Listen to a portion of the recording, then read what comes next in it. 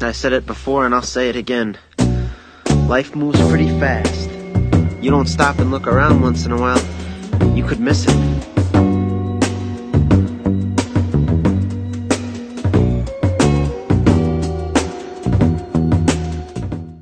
Hello! Magandang hapon! So, share ko lang guys sa inyo. Kanina pumunta ako sa Asian Market kasi nabusan na kami ng patis. Bibili lang talaga ako ng patis. Kaya lang, napadami ata yung bili ko. Naka $125 ako. Ayan. Kasi nakakita ako ng... Tignan nyo to guys. Nakakita ko ng napakalaking langka. Ayan. Nagulat ako sa presyo. Akala ko medyo mura lang. Itong kalahati, 32. Tapos, itong isa, 34. Isang buo yan eh.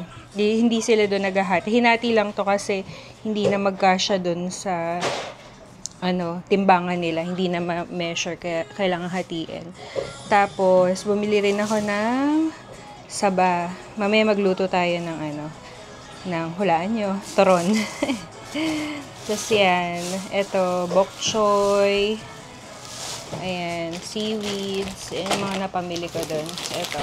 Masarap to guys. Mushroom. Shiitake mushroom panghalo. Yan yung hinahalo ko sa pancit. Tsaka sa mga gisa-gisa. Masarap yan guys. Tapos, syempre, lumpia wrapper.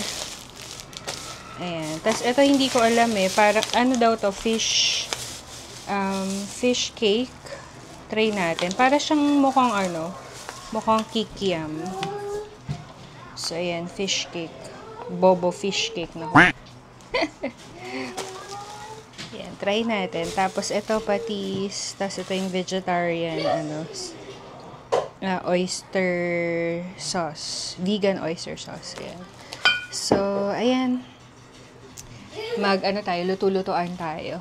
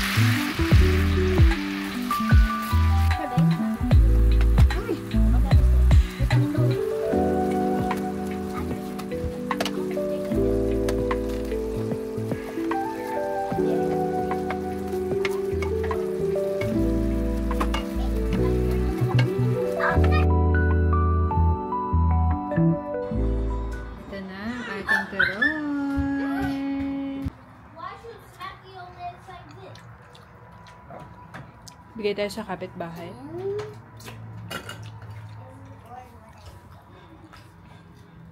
Kamaya, give this to your mom. What is that? She don't eat that. Just try. Tell her to try it. Can I come if you do? Okay. Oh, can I come? Gusto mo yun, Marcos? Eat it. Yummy. Ang sarap, guys. Lasang turon. Nilagyan ko ng ng langka sa loob. Parang kalasa na rin siya ng mga nabibili natin. Medyo maliit lang. Yan, pinakunti-kunti na ni Marcos. Yummy. Bye. Yummy. Hello guys, good evening. Gabi na dito sa amin. Bali, nakaiglip kami kasi nagmerienda kami kanina. So ngayon naman, mag-prepare ako ng dinner. Yan, ang aming dinner. Ano to? Ang leftover chicken na, yung luto ng chicken galing sa Walmart. Bali, gagawin nating sisig. So, habang nagpre-prepare ako, kwentuhan lang tayo, no? So, well, may mga nanonood kasi na video namin, na mga kagaya din namin na may mga anak na balak magpunta or papunta na dito sa US.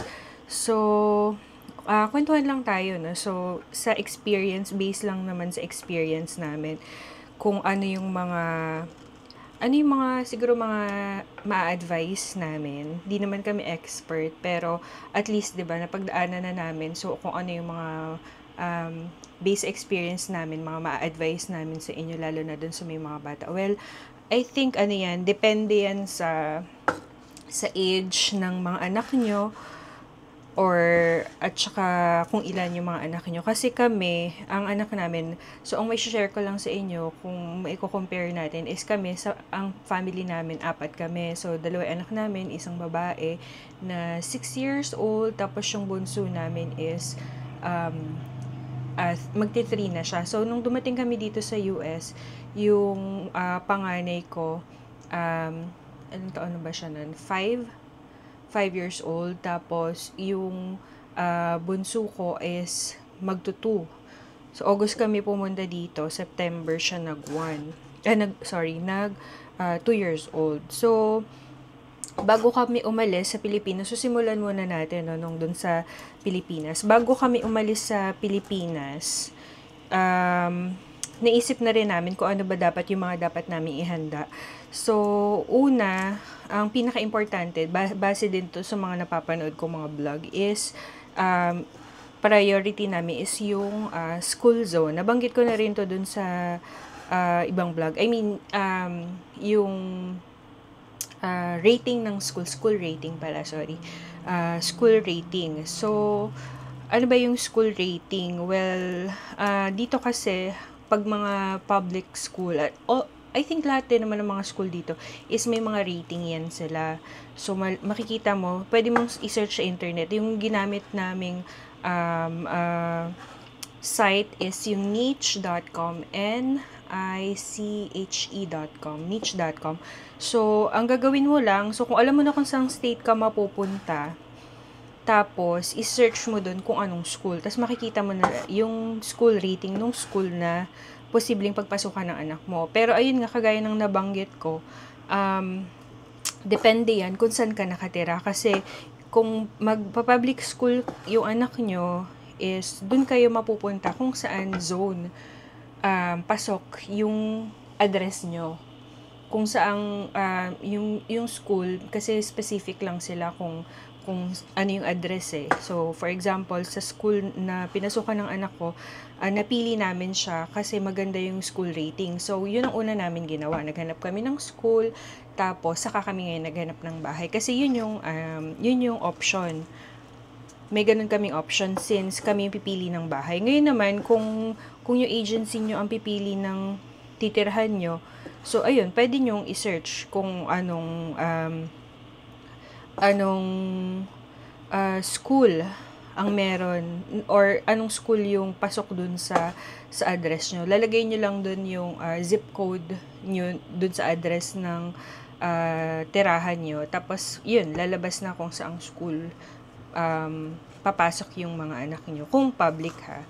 Tapos, well, isa pa ring option pagdating sa schooling is homeschool. Pero hindi pa namin yan. Although na ririnig-rinig ko na yan. At saka, yun nga, may marami rin naman na nagsasabi na mas okay yun. Kaya lang, hindi pa kasi siya ideal para sa amin eh. Kasi, di pa namin na-navigate yung na yan, yung option na yan. Kasi nagsisimula pa lang kami. Ang hirap naman na magtuturo ka at the same time nangangapa ka rin, kagaya namin na hindi naman nangangapa pa kami sa work namin. So, mahirap pagsabayin. So, siguro, in the future, hindi natin masabi, pero baka i-navigate namin yung homeschooling. Pero, magandang option din yan, guys. Kasi, matututukan mo maigi yung mga anak mo, tsaka mafi-filter mo kung ano lang yung mga gusto mong matutunan nila. Ayun. So, base lang naman yun sa mga mga naririnig. Hindi pa namin relate yung experience kasi wala rin naman kaming experience pa doon. So, ayun nga. So, sa pag-aaral yon yung una naming, isa sa mga major priorities namin. Pangalawa is bago kayo umalis, so make sure na yung sa health, general health ng mga bata or kayo din at the same time. So, yung mga anak namin, ayan, kasama naman yan actually sa medical. Yung dapat up to date yung mga vaccine. Pero guys, kung hindi man updated, pagka pumunta kayo kasi sa St. Luke's, titignan nila yung record. Tapos, pagbalik nyo, malalaman nyo kung ano yung mga kulang and sila na ang magbibigay. So, I don't think na kailangan nyo na pang mag-worry about dyan kasi sa amin, dun sa mga, nung tinignan nila yung record ng mga bata, sila na mismo ang nagbigay kung ano yung kulang. So, ganun yun, yung sa experience namin na hindi ko lang alam kung sa time nyo, kung kailan kayo alis, kung the same pa rin. Pero, para sure, di ba, pwede naman kayo ding magtanong or pwede nyo i-clarify din sa St. Luke's kung kasi yung bayad guys ng medical kasama na yun eh, wala siyang hindi nyo siya babayaran ng out of your pocket, kasama na siya dun sa medical fee na binayaran nyo yung vaccine. So kung iniisip nyo na kailangan magpabakuna pa ng mga extra na kulang, parang feeling ko magagastosan lang kayo kasi ganun din naman eh, bibigay naman din nila yun kung kulang man. So, ayun. Tapos, hindi naman din kasi masyadong sakitin yung mga anak ko. So, ang dinala ko lang na mga gamot is yung the usual paracetamol na pangbata. Tapos, nagdala rin ako ng cetirizine na pangbata. Kasi, mali mo, hindi naman sila nag-allergy, pero di natin alam. Tapos, yung ano pa ba yung mga pinagdadala ko? Ursiflora, pagka, di ba nasira ang tiyan o nagtae, ganyan. So, lahat yun guys na gamit namin. Pati yung, meron din akong biniling Calmoseptine sa mga katikate naman. Yung Calmoseptine lang na nasa siya, ang dami kong dinalang ganun. Actually, meron dito na Calmoseptine, pero tube siya eh. Pero yung maliliit kasi, yung tagta 30 pesos lang sa Mercury. Maganda siya kasi kung saan lalabas man kayo, pwede mong bitbitin, lagay mo lang sa bag mo, tsaka maliit siya. Yun yung mga binili ko. Ano pa ba? Tapos, yung salbutamol neb, tsaka NSS, yun. So, nagdala ko, although di ko nagamit yung NSS, nakabote pa ngayon actually nung kinuha ko. Pero, mabuti na lang din, at least magdala kayo, kahit hindi yung nakabote, kasi that time, ang available lang yung nakabote, medyo mabigat yun. Pero, kinuha ko na kasi wala naman akong makuhaan na hindi yung glass na bote. So, pang neb, tsaka guys, eto very useful sa amin. Bumili kayo ng portable, yung sa Shopee lang na nabibili, yung portable na pang nebulize. Kasi sobrang gamit na gamit sa akin, at saka sa asawa ko, sa mga bata. Yun, kay mama. Kasi nung pagdating dito, grabe ang allergy niya sa pollen. Kasi galing siyang Cali eh. So, pagdating dito, grabe ang pollen. So, allergic kasi siya sa pollen. So, parang nanibago ata siya. So, lagi siyang nagkakasakit, inuubo. Tapos yun, ang pinapagamit namin sa kanya. Tapos yung pang nebulize, yun nga, yung salbutamol, ayan, importante yan kasi hindi nyo alam, diba? Kasi nung pagdating namin dito, importante talaga guys na may insurance kasi parang yan yung, safety net mo just in case na may mangyari. Pero nung kasi kami, na kwento ko na rin to, no, hindi namin agad nakuha na yung mga bata, pati sila daddy ng insurance. Ako pa lang, kasi sobrang mahal. I mean, hindi pa kaya. So, nung nagkatrabaho na si daddy, awa naman ng Diyos, ayun, naisama na namin sila sa insurance, nakuhaan na namin sila ng insurance. So, that time, nung nakuhaan namin sila, saka kami ngayon nagpa-check up, yung well child check up, ayan. So, sinulit namin. So, walang bayad yung mga check up na ganun. Pero, guys, so ito pa pala, isang advice ko is, depende sa age pa rin ha. Pero yung anak ko kasi, bago kami umalis ng Pilipinas, 5 years old. So, nung dinadala namin siya sa dentist, para sana, bago kami umalis, ayos yung mga sira niya. Kasi may mga, may mga, may mga cavities siya. Ngayon, takot kasi siya sa dentist. So, nung nakaupo na siya sa chair, ayaw niyang paggalaw or hindi namin mapilit. Kasi, syempre, di ba, bata. So, nagawa sa kanya, parang cleaning lang, fluoride, mga ganun. Ay, nagbili pala kami ng fluoride. In-advise din sa amin kasi yun ng dentist. Parang, binili ko sa, saan ko ba binili yun? Basta, sa Quiapo.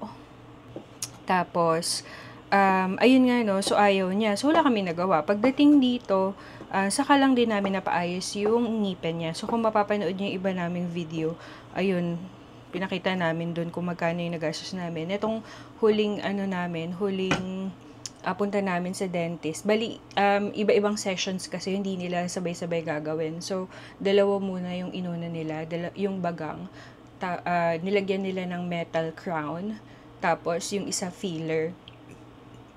So, sa process na yon, filler tsaka metal crown, ang binayaran ko is $206. So, almost, more than 10,000. Kaya na mag-compute. Parang ganun. So, di ko alam kung magkano sa Pilipinas sa abutin kung sakaling ganun. Pero dito guys, ayaw nila ng may cavities. So, lahat nire-repair nila. Kasi sabi sa amin ng dentist, yun ng tooth na yun is isi-save nila. Kasi parang dapat umabot siya hanggang 13 ata. Parang ganun. So, hindi ko alam kung dahil lang ba yan sa insurance. Kaya sa atin naman, di ba, yung mga bata, carry lang. Hindi naman natin masyado iniintindi yung mga ipin natin. Pero, well, nasa ibang lugar kasi tayo. So, chinecheck din kasi yan sa school, yung mga ipin ng mga bata. So, dapat, yan, very concerned sila sa mga bata dito. So, ayun. So, yan, yung health. Tapos, ano pa ba? Yung bunso naman namin, kasi nung bago kami umalis, sinabihan kami ng St. Luke's nung nag-check up sa amin na ipatingin daw namin si Marcus sa developmental pedia. Ang problema kasi dito guys, dumating kami magto-2 siya, no? Magto 2 years old. So, hindi namin nga siya agad na pa-check or sa well baby check-up. Kasi bago ka makapagpa-appointment sa developmental pedia, dadaan ka muna well baby check-up. So, nung finally, nakapagpa-check up na kami, ni-refer na kami sa developmental pedia. Ngayon, ang antayan guys is, ang sabi sa amin, within 12 months. So, ang tagal ng antayan. Kaya, so kung may mga kayo na na tingin nyo may problema sa development nila, ganun. Parang sabi nga ng asawa ko, sabi niya, almost same din naman daw sa Pilipinas, ganun din daw, matagal din daw ang antayan. So, well, blessed naman kami kasi alam nyo guys, nung nagpasukan, nag-orientation, may nakakita kay Marcus, nung dinala siya ni Daddy dun sa school ni Alona, may nakakita kay Marcus na in-offer sa amin yung parang din siya, tina-therapy nila yung mga bata, i-assess si Marcus, tinanong kung nakapagpa-assess na kami, sabi ko hindi, nag-aantay pa kami ng schedule para siya ma-assess ng developmental pedia. Sabi niya, it's okay. Binigyan kami ng questionnaire through email, tapos sinagot na namin, pinasa namin, and then sinet niya na kami finally ng schedule for this coming September. So, thank God. So, ayun. So, alam mo, very ano sila sa mga bata talaga dito. Very focus sila sa development ng mga bata. At saka dito guys, pag dumating kayo, regardless kung anong month kayo pumasok, kung pasukan yan, need nyo pa rin i-enroll ang bata. So, kailangan hindi nila tinatanggihan. 'Di ba sa atin minsan pagka late na, hindi na next school year na yan, ganyan. Sila hindi dito guys. Kailangan ang bata dito nag-aaral kasi chine-check, may mga nagwe-welfare check. O bakit itong batang to laging nasa bahay or laging, 'di ba, may nagwe-welfare check. Tapos ang attendance nila dito is sobrang importante, as in nagwa-warn sila sa mga parents through email, bakit hindi ka nag-inform, kasi nung unang beses na umabsent si Alon, hindi namin alam na ganun ka-serious yung absentee ng mga bata. So kasi nagkasakit siya, so hindi kami nakapagsabi. Usually sa atin pagka nilalagnat lang naman, parang okay, hindi mo napapasukin, tapos 'di ba, hindi kami nakapag-inform, tapos dinagdad kami ng email, ganyan. So, ayun. So, importante dito yung attendance ng mga bata. Tapos, ayun nga yung sa developmental. Kasi nagtanong din ako actually sa school kung tumatanggap ba sila ng 3 years old. 2 pa lang kasi siya, ay make 3 pa lang siya nung time na, nung enrollment. Sabi sa akin, earliest daw is 4. Kaya hindi na ako nangulit. So, buti na lang may nakakita sa kanya, siguro napansin na may something kay Marco, so inoffer sa amin, tapos tinanong ko ilang taon, tapos ganyan, tapos may program sila. So importante yung health, ano pa ba, preparation ng mga bata. Sa akin kasi before pa lang, nung mga bata pa lang, tinatrain na namin sila sa English, no. So pagdating dito, iniisip ko para hindi sana mahirapan mag-adjust, ganyan. Kaya lang, ang problema naman, di nasanay sa English. Yung pagtatagalog naman, ang hirap ituro, guys. Kasi pagdating dito sa Pilipinas, nagtatagalog kasi may mga kalaro siyang nagtatagalog. So, pagdating dito, kahit kausapin mo, parang, hindi ko alam, pero parang ayaw niya matutong magtagalog kasi, ewan ko, pinipilit ko naman na pagsalitain siya, ending, hindi na nagsasalita kasi hindi nga niya alam. Sabi niya, Mommy, I don't know. Kahit turuan mo, ang hirap guys magturo ng Tagalog. Kaya as much as possible, kung ang rules ko kasi pag nandito sa bahay, magtatagalog tayo, anak ha. Ganyan. Kaya lang, minsan di rin namin nasusunod kasi para bang nasanay ka na lang din na ganun, para mas magkaintindihan kayo o kaya mabilis ang usapan, ganun. Pero importante pa rin na turuan natin yung mga anak natin ng native tongue natin, 'di ba? So ayun lang naman yung iba. Wala pa akong maisip na iba, pero so yun yung mga preparation namin para sa mga bata. School, health, yan naman yung mga major. Tapos ano pa ba? Yung mga gamit, guys, huwag na kayo masyado marami magdala ng mga damit kasi marami naman dito, marami mabibilhan dito, tsaka mga affordable naman yung mga gamit dito. So, yung sakto lang, tsaka mabilis din naman yan malalakihan. Tsaka, depende rin kasi kung anong season kayo dumating or kung malamig ba, ganyan. So, iaayon nyo na lang din, depende sa time. Pero kung yung mga gamit, marami dito kayo mabibilhan, guys. Pero kung gusto nyo makatipid, may mga thrift store naman. Kasi kami, ayan, to be honest, doon lang din kami bumibili ng mga damit ng mga bata. Tsaka magaganda pa. Pero syempre, pipiliin nyo lang din, no? Kung hindi naman kayo masyadong maselan. Labhan nyo lang, i-disinfect nyo mabuti. So, ayun. So, ito na chop ko na yung chicken. Ayan ba yan? Ayan. So, ayan. Titimplahan na natin yan para makapag dinner na tayo.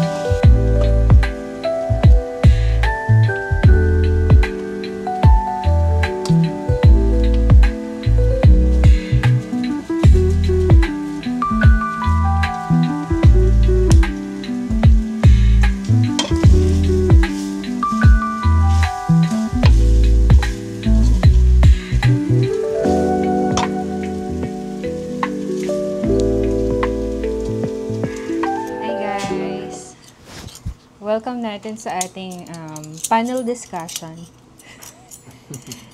Ang ating editor. May sakit yung editor natin today. Hindi siya nakapag-edit ng video. So, di ba nung nakaraan, ang nilalagnat, una si Alona, sunod ako, tapos sunod si Marcos. So, ngayon, turn naman ni Daddy magkasakit. So, umabsent siya today. Hindi siya pumasok. Nagtulog lang siya buong maghapon. Tapos, nag-request ng sisig. Tapos, ayaw bumangon. Pinilit ko na siya ngayon. Kinikwento ko sa kanila kung ano, di ba may mga nagtatanong sa video kung ano daw yung mga preparation sa mga bata. So, ayun, na-share ko nga sa kanila yung about dun sa sa mga nung nasa Pilipinas walang tayo, nung pinaghandaan natin, tapos nung papunta tayo dito, ng mga dila nating gamot, yung sa school, ayan, yun yung mga in-advise ko sa kanila sa school, sa health, yun yung pagpapaayos ng ipin kung possible, kasi medyo may kamahalan nga dito, no, kahit meron kayong insurance, medyo malaki pa rin. So, kung tansyahin nyo kung mas mura dyan sa Pilipinas, yung pagpapaayos ng ipin. So, paayos nyo na yung mga ngipin ng mga anak nyo kung may chance kayo na pag-ipunan nyo, kung medyo matagal pa naman. So, sa medyo mga malayo-layo pa dyan yan, yun yung mga paghandaan nyo.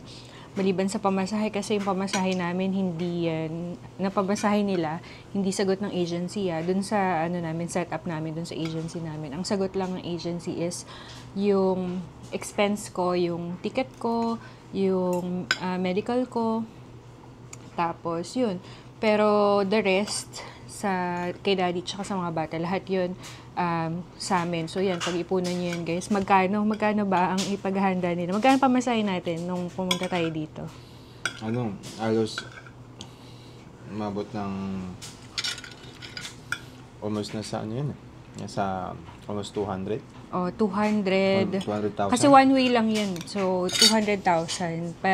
Si Marcos, nagbayad ba tayo? Kahit, nagbayad ba? Nagbayad kami kahit kahit kinuhaan din namin siya ng seat kasi medyo malaking bata yun. Tapos, matagal yung biyahe. So, kinuhaan namin siya ng seat.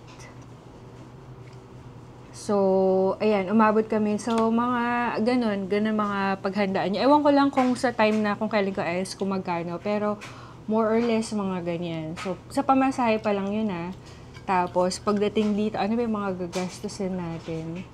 Usually, yun, yung mga pang-araw-araw na pagkain. Sa school naman, guys, kung sa public school, halos wala naman kaming ginastos na school supplies. Actually, binigyan si Alana ng hindi naman sila nag-uniform dito guys, sa mga public school, walang uniform yung mga bata. Wala halos kami binili kasi binigay nila pati bag, binigyan siya ng bag, tapos yung mga school supplies, wala siyang binibit-bit actually dun sa bag niya kung ano-ano lang. Iniiwan nila lahat sa school yung mga gamit. Actually, nung enrollment, kung mapapanood yung mga videos namin, binigyan sila ng school supplies. Tapos yung school supplies na yun, binitbit nila ng first day, tapos iniwan na doon. So, ganun. Lahat ng kailangan nila sa school na gagamitin, mga art materials, art supply, iniiwan nila dun sa school. So, kung may gagamitin man, yung pang dito sa bahay, yun lang bibilhin yung school supplies. Pero, the rest, wala tayong ginastos, diba? Ultimo pamasahe, pagkain ng mga bata. Pero binabaunan kasi namin siya kasi gusto niya magbaon. So, ayun. Tapos, pero may option dun sa mga bata na kung gusto niyo ng specific na food para sa kanila, meron dun sa mga option dun sa school kung anong gusto niyong pagkain na para sa kanila. Pero yun, may bayad na yun. Parang may monthly payment na yun. Dito, parang nasa $10 per month na yung babayaran mo. Parang ganun. Para lang yung gusto mong pagkain na nakuha ng anak mo, yun yung makukuha niya. Yun ano bang siniserve nila? Usually fruits. Natanong ko sa Alana kung ano nakain nila. Fruits, chicken nuggets, apple, banana, mga ganyan. Hindi nakikita namin sa canteen cookies, mga ganun na. Yung mga usual na pagkain nila doon. Wala. Wala ditong tapsilog, walang gano'n. Alam, mga sopas, di ba sa atin sopas? Kaya, ayun. So, nasanay din kasi sa Alona sa mga pagkain na pang, Filipino food. So, ayan. Kaya siguro mas gusto rin niyang nagbabaon. Or baka trip niya lang magbitbit ng, lunchbox. Nahingit dun sa mga klase niya. So, ayun guys. So, yun lang yung masishare namin sa ngayon. Pero pag may naalala kami, share na lang din namin along our vlogs. Si Daddy pala yung editor nung mga video. Yes, editor yun. Nakasa marunong mag-edit eh. So, taga-daldal lang ako. Tapos siya yung taga-ayos. So, thank you guys sa mga nagko-comment. So, pa kayo, suggest pa kayo kung anong mga gusto nyo na i-tackle natin, ganyan. Di naman kami expert guys, disclaimer, di kami expert. Yung mga binibigyan namin advice, based lang yan sa experience namin. So, next time mag-shoutout na tayo. So, sa may mga gusto magpa-shoutout dyan, comment lang kayo. Si Daddy yung taga-sagot din sa mga video, sa mga nagko-comment. Ayan. Siya kasi yung, siya kasi expert sa, sa computer. Expert lang ako sa pagdadaldal.